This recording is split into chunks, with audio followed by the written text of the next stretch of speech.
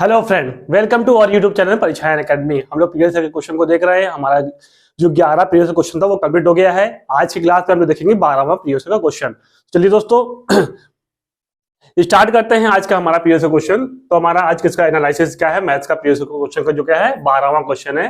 चलिए दोस्तों पहला क्वेश्चन स्टार्ट करते हैं। तो हमारा पहला क्वेश्चन क्या है, यदि 0.007 बटे पी बराबर 0.001 है तो P का मान ज्ञात करिए। P का मान ज्ञात करना है दोस्तों। चलिए इसको सॉल्व कर लेते हैं। 0.007 बटे P बराबर 0.01। क्या करेंगे, क्रॉस मल्टीप्लाई हो जाएगा तो हो जाएगा 0.007 बराबर 0.01 P। तो P बराबर हो जाएगा हमारा 0.007 बटे 0.01। दशमलव अगर कैंसिल करेंगे तो एक जीरो यहां पर बढ़ जाएगा, तो ये किसके बराबर हो जाएगा 7/10 के, और ये हो जाएगा, इसका भाग कर देंगे तो क्या हो जाएगा 0.7। देखते हैं हमारा कौन सा ऑप्शन हो रहा है। तो ऑप्शन सी जो है हमारा वो सही होगा। अगला क्वेश्चन देखते हैं। क्वेश्चन नंबर 2 हमारा क्या कर रहा है, निम्नलिखित में से कौन सा सही है। सही पूछा हुआ है। 1 किलोमीटर बराबर 100 किलोमीटर, यही गलत हो गया। 1 किलोमीटर बराबर 1000 मीटर, हाँ। 1 मीटर बराबर 100 सेंटीमीटर, ये भी सही है। 1 सेंटीमीटर बराबर 100 mm, नहीं, ये देखिए यहाँ पे गलत हो गया। 1 किलोमीटर बराबर 1000 मीटर, सही है। 1 मीटर बराबर 10 सेंटीमीटर, नहीं, 100 सेंटीमीटर होगा, ये भी गलत हो जाएगा। 1 किलोमीटर बराबर 1000 मीटर, 1 मीटर बराबर 100 सेंटीमीटर, और 1 सेंटीमीटर बराबर क्या होगा 10 मिलीमीटर। तो हमारा ऑप्शन जो डी है वही क्या होगा, सही होगा। क्वेश्चन नंबर 3 देखते हैं दोस्तों। पैटर्न का अवलोकन कीजिए और खाली स्थानों भरने के लिए दिए गए विकल्पों में से जो उपयुक्त संख्या है उसको चुनना है। ये पैटर्न दिया हुआ है, उसके अनुसार आपको आंसर बताना है। 1 + 2 + 3 + 4 = 10, मतलब इसको जोड़ लिया गया। 3 3 6 4 10 जोड़ा गया है पूरा। 2 3 5 4 9 9 5 14 ये जोड़ दिया गया है। अब देखिए यहाँ पर कितने का डिफरेंस हो रहा है, 10 4 14, मतलब 4 का डिफरेंस हो रहा है। 14 में अगर 4 जोड़ देंगे तो ये हो जाएगा 18। अब देखिए यहाँ पे डिफरेंस 4 का हो जाएगा, और यहाँ पे डिफरेंस क्या हो जाएगा हमारा 4 का। ये क्या होगा, एक पैटर्न हो जाएगा। अब यहाँ पे कितना जोड़ दें, 3 4 6 6 4 10 3 13, 13 में कितना जोड़ दें कि 18 हो जाए। 13 में 5 जोड़ देंगे तो कितना हो जाएगा 18 हो जाएगा। तो हमारा आंसर जो हो जाएगा 5 और 18। देखते हैं हमारा ऑप्शन किसमें है। ऑप्शन सी जो है वो हमारा क्या होगा, करेक्ट होगा। क्वेश्चन नंबर 4 देखते हैं। निम्न तालिका विभिन्न वर्षों में एक राष्ट्रीय उद्यान में बाघों की संख्या दी गई है, और उसका बता, ये तालिका है, इसमें बाघों की संख्या दी गई है, उसके अनुसार आपको ऑप्शन दिया, उसको बताना है। देख लेते हैं इसमें कितने का अंतर है। 13 में 6 जाएगा 7, 1। इसमें अंतर जो हो रहा है 6 और 1 16 का अंतर हो जा रहा है। इसमें कितना हो रहा है 15 का। अब देखिए ये जो घट रहा है इसका मतलब क्या, ये माइनस कर देते हैं, ये घट रहा है। अब देखते हैं ऑप्शन को। बाघों की संख्या प्रत्येक वर्ष बढ़ रही है, प्रत्येक वर्ष बढ़ रही है, नहीं घट रही है। पिछले वर्ष के सापेक्ष 2016 की तुलना में 2015 में अधिक बाघ कम हुए। 16 की तुलना में 15 में अधिक बाघ कम हुए। चलिए अगला देखते हैं। पिछले वर्ष के सापेक्ष 2015 की तुलना में 2017 में अधिक बाघ कम हुए। 17 की तुलना में 15 में अधिक बाघ हुए, हाँ देखिए इसमें ज्यादा हो गए। आगे देख लेते हैं, एक ऑप्शन और है हमारा। पिछले वर्ष के सापेक्ष 2016 और 17 में समान संख्या में बाघ कम। समान संख्या तो नहीं, ये देख करेक्ट हो जाएगा। अब हमारा बचता है बी और सी। देखिए बी में कहा था पिछले वर्ष के सापेक्ष 16 की तुलना में 15 में अधिक बाघ कम हुए, तो हाँ देखिए अधिक बाघ कम हुए हैं, तो हमारा ऑप्शन जो बी है वही क्या होगा, करेक्ट होगा। क्वेश्चन नंबर 5 देखते हैं। करीम फूल खरीदने गया, उसने 2 रुपए के 4 सिक्के, 20 रुपए के 2 नोट और 100 रुपए के 3 नोट दुकानदार को दिए। यदि फूलों का मूल्य 335 रुपए था तो उसे कितनी राशि वापस मिली। देख लेते हैं। 2 रुपए के 4 सिक्के हैं तो 2 चौक 8 हो गया। 20 रुपए के 2 नोट है, ये हो जाएगा 40 रुपए। 100 रुपए के 3 नोट है, ये हो जाएगा 300। टोटल कितना हो जाएगा 348। और फूल कितने का है? 335 रुपए का फूल है, 335 माइनस कर देंगे, ये हो जाएगा 3, ये हो जाएगा 13। तो 13 हमारा आंसर हो जाएगा, ऑप्शन डी जो होगा वो हमारा क्या होगा? करेक्ट हो जाएगा। अगला क्वेश्चन देखते हैं। क्वेश्चन नंबर 6 क्या कह रहा है? एक विषम बाहु त्रिभुज में होते हैं 3 समान भुजाएं, 2 समान भुजाएं, 3 असमान भुजाएं और 2 समान कोण। तो दोस्तों विषम बाहु त्रिभुज वे त्रिभुज होते हैं जिसकी तीनों भुजाएं क्या होती हैं? असमान होती हैं। वे त्रिभुज हमारे कौन से त्रिभुज कहलाएंगे? विषम बाहु त्रिभुज कहलाएंगे। तो हमारा ऑप्शन जो सी है वो क्या होगा? करेक्ट होगा। क्वेश्चन नंबर 7 क्या कह रहा है दोस्तों, देख लेते हैं। एक ट्रेन टिकट काउंटर पर कुछ व्यक्ति लाइन में खड़े हैं। अमीना का स्थान दोनों ओर से 14वां है। मतलब कि ये लाइन है, स्टार्टिंग, ये मान लीजिए स्टार्टिंग है और ये एंडिंग लाइन है। दोनों के बीच में इधर से भी 14वां है और इधर से भी क्या है? 14वां स्थान है। उस लाइन में कुल कितने व्यक्ति खड़े हैं? 14वां स्थान है, उस लाइन में कुल कितने व्यक्ति खड़े, टोटल कितने हैं यही बताना है। अब देखिए ये मान लीजिए अमीना का नंबर है, इधर से 14वां, इधर से 14, इसको कैसे करेंगे?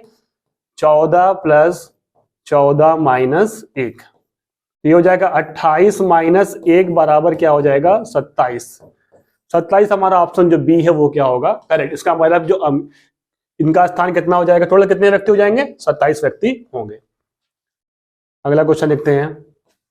Question number 8। मालिनी ऐसी मालाएं बनाना चाहती है जिसमें से प्रत्येक में 18 सीपियां हो। उसने 200 सीपियां इकट्ठी की जिसमें से 3 सीपियां टूटी हुई थी। दी हुई परिस्थिति में निम्नलिखित में से कौन सा कथन सही है? मतलब कि उसके पास 200 थी, उसमें 3 टूटी हुई थी, बचेगी कितनी? 197। और प्रत्येक सीपी में कितने होने चाहिए? 18 होना चाहिए। इसको 18 से भाग दे देंगे तो 18 दाम में 180, 17/18, ये इसका क्या हो जाएगा? रेशियो भिन्न बन गया।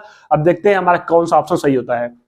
मालिनी सीपीओ में 11 मालाएं बना सकती हैं। 11 तो बनेगा नहीं, 10 ही बन रहा है, 10 बन रहा है, 11 में कुछ कम है। मालिनी को 11 मालाएं बनाने के लिए एक सीप की और आवश्यकता है। हाँ, अगर इसमें एक सीप और जोड़ देंगे तो हमारा ये 11 हो जाएगा। ठीक, तो ये हमारा ऑप्शन जो बी है वो क्या होगा? करेक्ट हो जाएगा। क्वेश्चन नंबर 9 क्या कह रहा है? एक त्रिभुजाकार पिरामिड के नेट में कितने त्रिभुजाकार फलक होते हैं? फेस पूछा हुआ है। ट्रायंगुलर पिरामिड के फेस जो है वो कितने होते हैं दोस्तों? 4 होते हैं। सीधा सीधा है तो हमारा इसका ऑप्शन क्या है? 4, 6, 5, 8। हमारा ऑप्शन जो ए है वो क्या होगा? करेक्ट होगा। क्वेश्चन नंबर 10 है। वासु के पास एक बाल्टी थी जिसमें 37 सही 1/2 लीटर दूध आ सकता है। वह उससे 250 ml की छोटी बोतलें भरकर बाजार में दूध बेचना चाहता है। वह इस दूध से कितनी छोटी बोतलें भर सकता है? पर इसको हम लोग चेंज कर लेते हैं, लीटर को क्या ml में चेंज कर लेंगे, इजिली कर लेंगे। ये 37.5 लीटर है तो पर कितना हो जाएगा? 37 4 250 लीटर। कितने से भाग देना है? 250 से।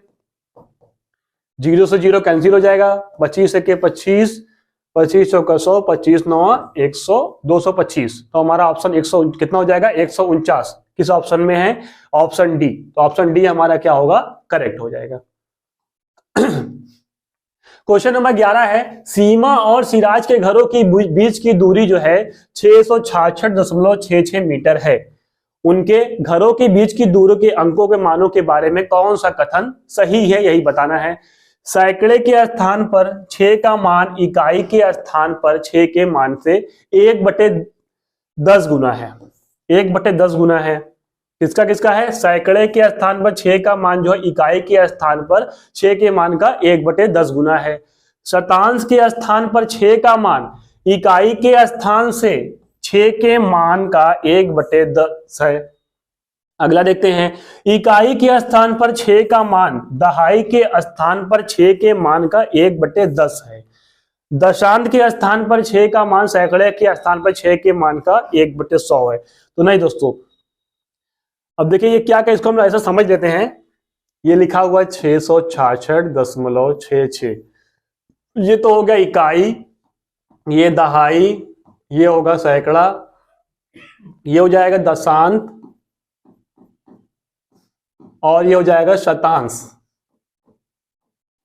ठीक है, दशांश, शतांश, इस आधार पर इकाई के स्थान पर 6 का मान, जो इकाई के स्थान पर 6 का मान है, दहाई के स्थान पर 6 के मान का 1/10 है, तो इसका कितना 1/10 ही तो है, तो हमारा इस आधार इसका क्या आ जाएगा 1/10 है, तो हमारा ऑप्शन जो सी है वो क्या होगा, करेक्ट होगा।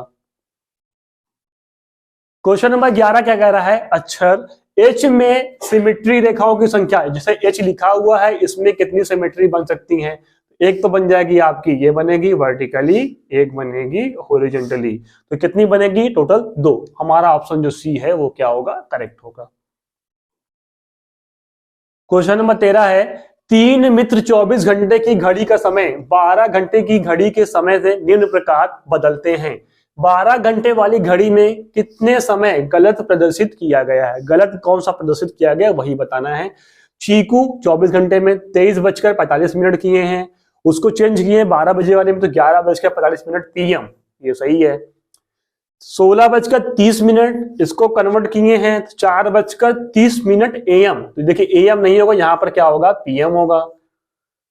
ये 7:28 और 19:28 कन्वर्ट किए हैं, अब 7 ये सही है, तो हमारा ऑप्शन जो बी, जो ये बिट्टू वाला है, यही क्या हो जाएगा, गलत। गलत पूछा है क्वेश्चन में तो गलत वाला बताना, कौन सा गलत है, बिट्टू, केवल बिट्टू, ऑप्शन जो बी है वो क्या होगा, करेक्ट होगा। क्वेश्चन नंबर 14 क्या कह रहा है, सोनम की पानी की बोतल में 1 लीटर पानी है, उसने 270 ml पानी पिया और उसकी दोस्त नैना ने 250 ml पानी पिया, बोतल में अब कितना पानी बचा है। 1 लीटर क्या है पानी है, उसको हम लोग चेंज कर लेते हैं किसमें, ml में, 1000 ml। अब देखो 275 वो पी थी सोनम और उनकी दोस्त जो नैना थी 250 ml पानी पी थी। 7 5 12 और ये हो जाएगा 5, 525 इससे माइनस कर देंगे, ये हो जाएगा 5 ये 5, 9 में से 2 जाएगा, बचेगा 7, ये हो जाएगा 9 में से 475। देखते हैं हमारा 475 ml, ऑप्शन सी जो होगा, ये बी वाला ऑप्शन जो है वो क्या होगा, करेक्ट होगा, 475। क्वेश्चन नंबर 15 है, सौरभ अपना घर बदल रहा है, वो अपना घर बदल रहा है, एक स्थान दूसरे स्थान ट्रांसफर कर रहे हैं। उसने अपना सामान एक घोड़ा गाड़ी में रखा जो 300 किलो से अधिक भार नहीं उठा सकता। टोटल उनका भार कितना, 300 kg तक, मतलब 3 कुंटल तक उठा सकता है। उसने निम्नलिखित भार को घोड़ा गाड़ी में रखा, किस वस्तु को हटाया जाए, ये दिया हुआ है चार्ट, किस वस्तु को हटाया जिससे कि भार 300 किलोग्राम के बराबर हो। इसको पहले टोटल कर लेते हैं, 5 8 13, 5 18, 18 8 26, 5 5 10, 10 6 16, 16 और 7 हो जाएगा 23, 23 6 29, 2 31, 8 8 16, 1 मिनट, ये ऑप्शन जो थोड़ा गड़बड़ हो गया है, 1 मिनट जोड़ लेते हैं पहले। 5 5 10 के 0, ये हो जाएगा 155, 205 और 75 हो जाएगा हमारा 280। ये जो हमारा बर्तन का वेट क्या है, 20 kg। ठीक है, अब देखिए अब जोड़ेंगे तो ये पूरा टोटल हमारा वेट, इसका वेट देखिए 68 नहीं है, कितना है, 20 kg है। 20 kg पे अब जोड़ रहे हैं, 5 8 13, 13 5 18, 18 के 8, 5 5 10 6 16, 16 और 7 हो जाएगा आपका 23, 23 2 25 और 1 26, 1 और ये हो जाएगा 3, टोटल कितना हो रहा है वेट, 368 kg। अब कितना वो उठा ले पा रहा है, 3 कुंटल ही उठा पा रहा है, 300 kg। कितना माइनस करेंगे, 368 माइनस 300 करेंगे तो ये हो जाएगा 68 kg। और 68 kg किसका वेट है, अलमारी का। चाहिए हमारा ऑप्शन जो सी है वही क्या हो जाएगा, सही हो जाएगा। अगला क्वेश्चन देखते हैं दोस्तों, निम्नलिखित में से कौन सी ज्यामिति के महत्वपूर्ण प्रक्रिया है। दृश्यीकरण, वैन हेले का यहाँ पे आया है, ठीक है दोस्तों, दृश्यीकरण, पक्षांतर इसमें तो है नहीं, रूपांतरण ये है। ए और सी इसका है, ज्यामिति का क्या कहा है, महत्वपूर्ण प्रक्रिया है, ये वैन हेले के अनुसार है, उन्होंने चरण दिया हुआ था, टोटल 4 चरण, 0 से स्टार्ट हुआ था 4 तक, तो उस आधार पर हमारा दृश्यीकरण उसमें था, रूपांतरण था। ए और सी क्या होगा, करेक्ट होगा। क्वेश्चन नंबर 17 देखते हैं, निम्नलिखित में से कौन सा गणित के शिक्षण अधिगम के संदर्भ में खेलों के लिए अति उपयुक्त है? खेल के लिए गणितीय खेलों में व्यस्त होने के दौरान हम बच्चे को आकलन नहीं कर सकते। गणितीय खेल गणित में आनंददायी अधिगम के अनुभवों को प्रदान करते हैं। गणितीय खेल आम दिनचर्या वाले खेल हैं। अब देखिए, ये तो आम वाली बात है, आम दिनचर्या वाले खेल होते हैं, ठीक है, लेकिन गणितीय खेल जो है वो आम दिनचर्या वाले कहाँ होते हैं? नहीं। ये देखिए, व्यस्त रखने वाली बात कहा है, ये भी तो नहीं होगा। अब ऑप्शन जो बी है, गणितीय खेल गणित में आनंदमयी अधिगम के अनुभवों का प्रदान करते हैं। जी दोस्तों, तो ऑप्शन जो बी है, केवल बी, देखते हैं बी जो हमारा वो क्या होगा? करेक्ट होगा। क्वेश्चन नंबर 18 है, एनसीएफ 2005 के अनुसार निम्नलिखित में से कौन सा गणित शिक्षण का उद्देश्य प्राथमिक कक्षाओं के लिए न्यूनतम उपयुक्त है? कम से कम पूछा, न्यूनतम। दिक्स्थान संबंधी समझ में वृद्धि करना, ये तो है। गणित के प्रति रुचि को पोषित करना, ये भी है। अधिकतम में सब आएगा, न्यूनतम में लेकिन पूछा है। वास्तविक जीवन के अनुभव को गणित से जोड़ना, यह भी तो उसका मुख्य उद्देश्य है। बीजी चिंतन की कुशलता को विकसित करना, तो ये क्या होगा? है तो ये उद्देश्य, लेकिन क्या न्यूनतम है, तो हमारा ऑप्शन जो डी है वो क्या होगा? करेक्ट होगा। अगला क्वेश्चन देखते हैं दोस्तों, निम्नलिखित में से कौन सा वैन हेले द्वारा दिए गए ज्यामितीय विवेचन के स्तरों की विशेषता का लक्षण नहीं है? नहीं पूछा है दोस्तों, उसको हाईलाइट आप जरूर करिएगा। अनुभव आश्रित है, विकासात्मक ये भी है, अनुक्रमिक ये भी है, आयु आश्रित, ये तो कहीं हम लोगों ने नहीं पढ़ा दोस्तों, तो हमारा ऑप्शन जो डी होगा वो क्या होगा? करेक्ट हो जाएगा। क्वेश्चन नंबर 20, निम्नलिखित में से कौन सी अवधारणा डॉन्स ब्लॉक का उपयोग करते समय नहीं पढ़ाई जा सकती है? नहीं कहा है। प्रायिकता, स्थानीय मान, संख्या का योग और एक अंकों वाली संख्या का गुणन। दोस्तों, जो डॉन्स ब्लॉक का था, इसके आधार पर हम लोग क्या कर सकते हैं? जोड़ घटाना ये कर सकते हैं, उसके साथ स्थानीय मान, जाति मान ये सब कर सकते हैं, और एक अंक वाली संख्या गुणन भी कर सकते हैं। उसमें कहीं भी प्रायिकता के बारे में उसमें कोई वर्णन नहीं है डॉन्स ब्लॉक में, ठीक है। ये कैसे होता है? जैसे अबेकस होता है वैसे ही डॉन्स ब्लॉक होता है, छोटे छोटे क्या ब्लॉक्स होते हैं, उस आधार पर हम बच्चों को क्या सिखाते हैं। तो उस आधार पर हमारा ऑप्शन जो प्रायिकता है उसमें नहीं है, यही क्या होगा? करेक्ट होगा। क्वेश्चन नंबर 21 है, गणित में कक्षा आधारित आकलन को सभी विद्यार्थियों के अद्वितीय गुणों, अनुभवों एवं कुशलताओं को ध्यान रखना और सम्मान करना चाहिए। गणितीय निर्देश से भिन्न, एकीकृत, पृथक तरीके से प्रस्तुत करना चाहिए। विद्यार्थी की चिंतन प्रक्रिया के बारे में जो प्रकट हो रहा है उसे प्रतिबिंबित करना चाहिए। देखिए, सभी विद्यार्थियों के लिए अद्वितीय गुणों, अनुभवों एवं कुशलताओं को ध्यान रखना और सम्मान करना चाहिए। हाँ, गणितीय निर्देशों से भिन्न, इससे देखिए अलग कर रहा है, एकीकृत, पृथक, यहाँ पे अलग करने की बात हो रही है, तरीके से प्रस्तुत करना चाहिए, नहीं, ये क्या होगा? गलत होगा।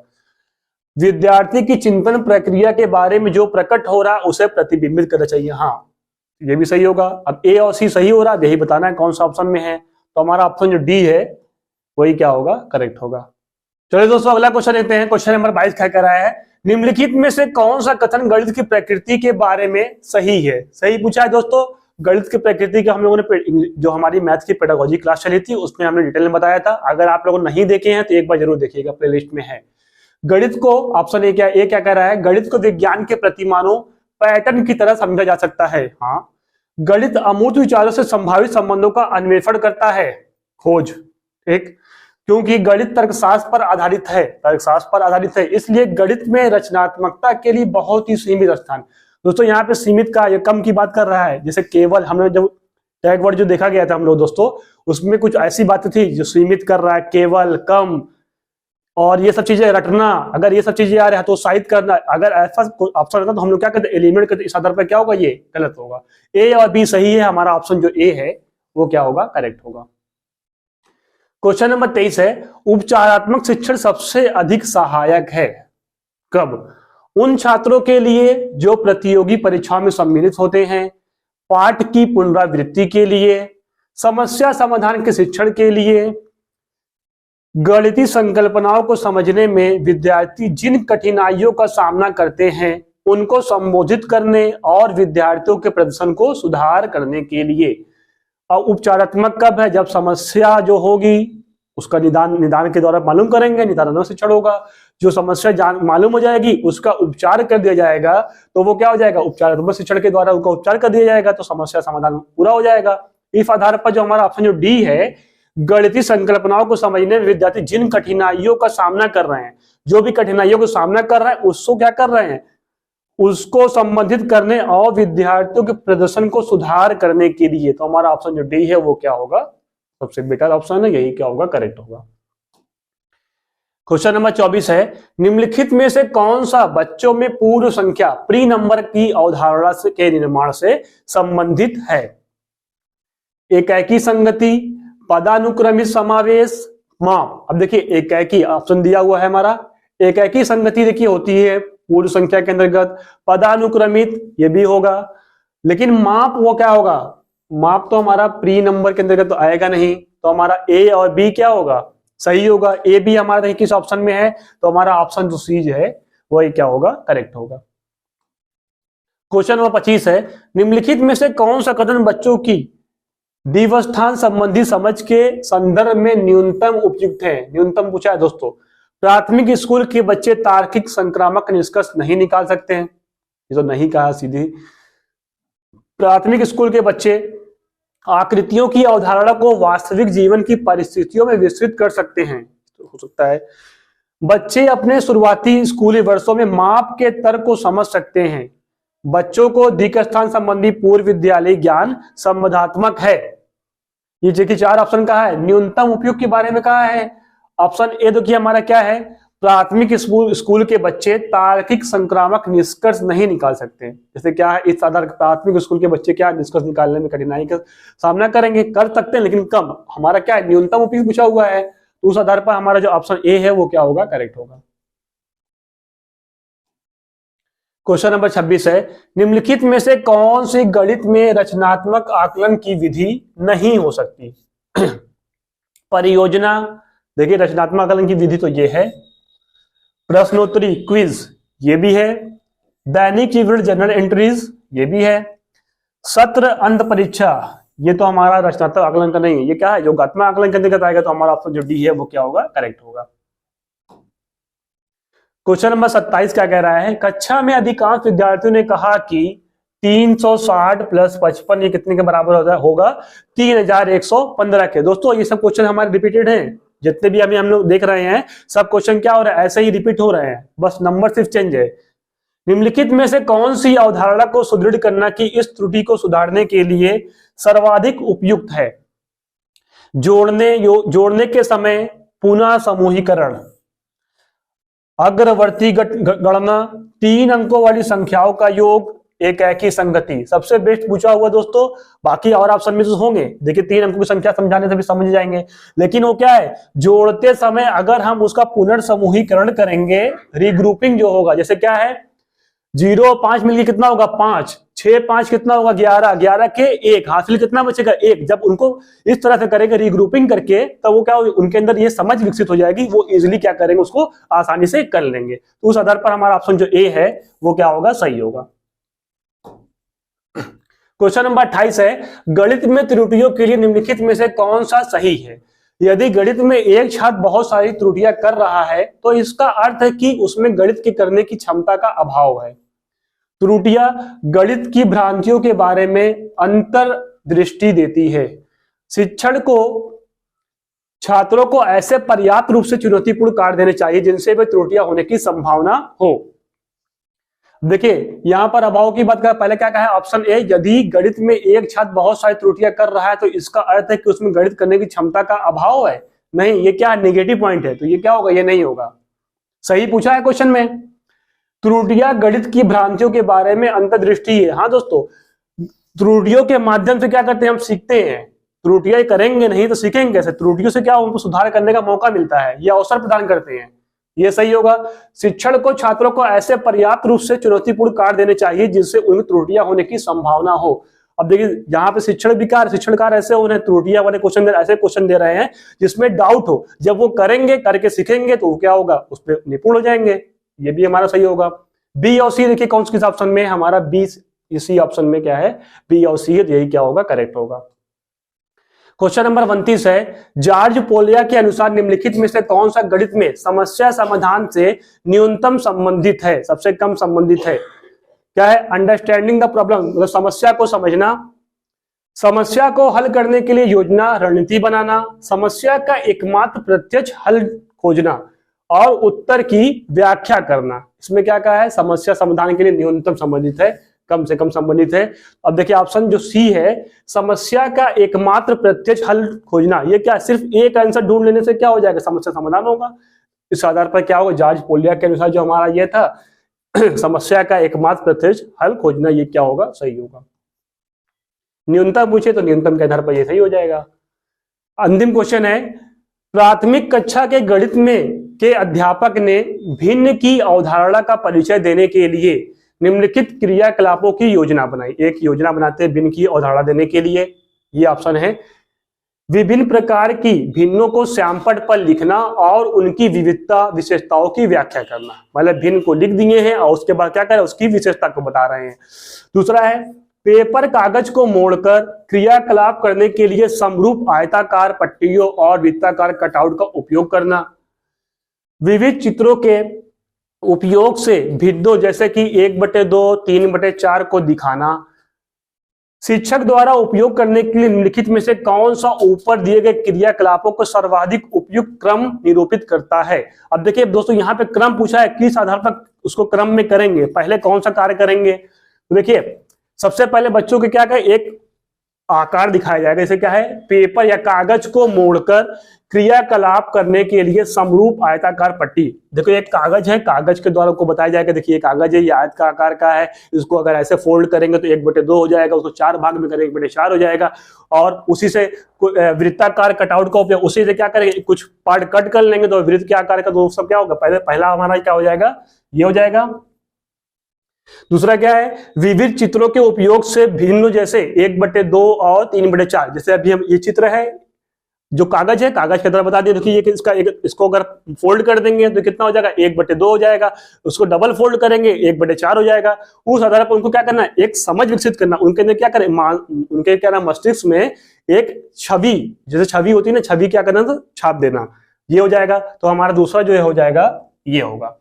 उसके बाद जो चीजें बताए हैं उसको बोर्ड पर अगर लिख देंगे तो बच्चे के अंदर क्या हो जाएगा? उनके अंदर विशेषता को वर्णन कर देंगे, वो बच्चे क्या हो जाएगा? इसलिए हम उसको समझ लेंगे और उनके अंदर क्या हो जाएगा? समझ विकसित हो जाएगी। तो इस आधार पर हमारा BCA देखते हैं हमारा किस ऑप्शन में है।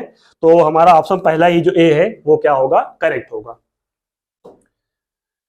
तो दोस्तों इसी के साथ ही हमारी आज की क्लास कंप्लीट होती है। अगर आपको कहीं पर भी कोई भी डाउट हो तो कमेंट सेक्शन में पूछ सकते हैं और हमारा साथ देते रहिए। हमारे चैनल को लाइक, सब्सक्राइब और कमेंट जरूर करें और शेयर भी करते रहें। आप सभी का बहुत बहुत धन्यवाद।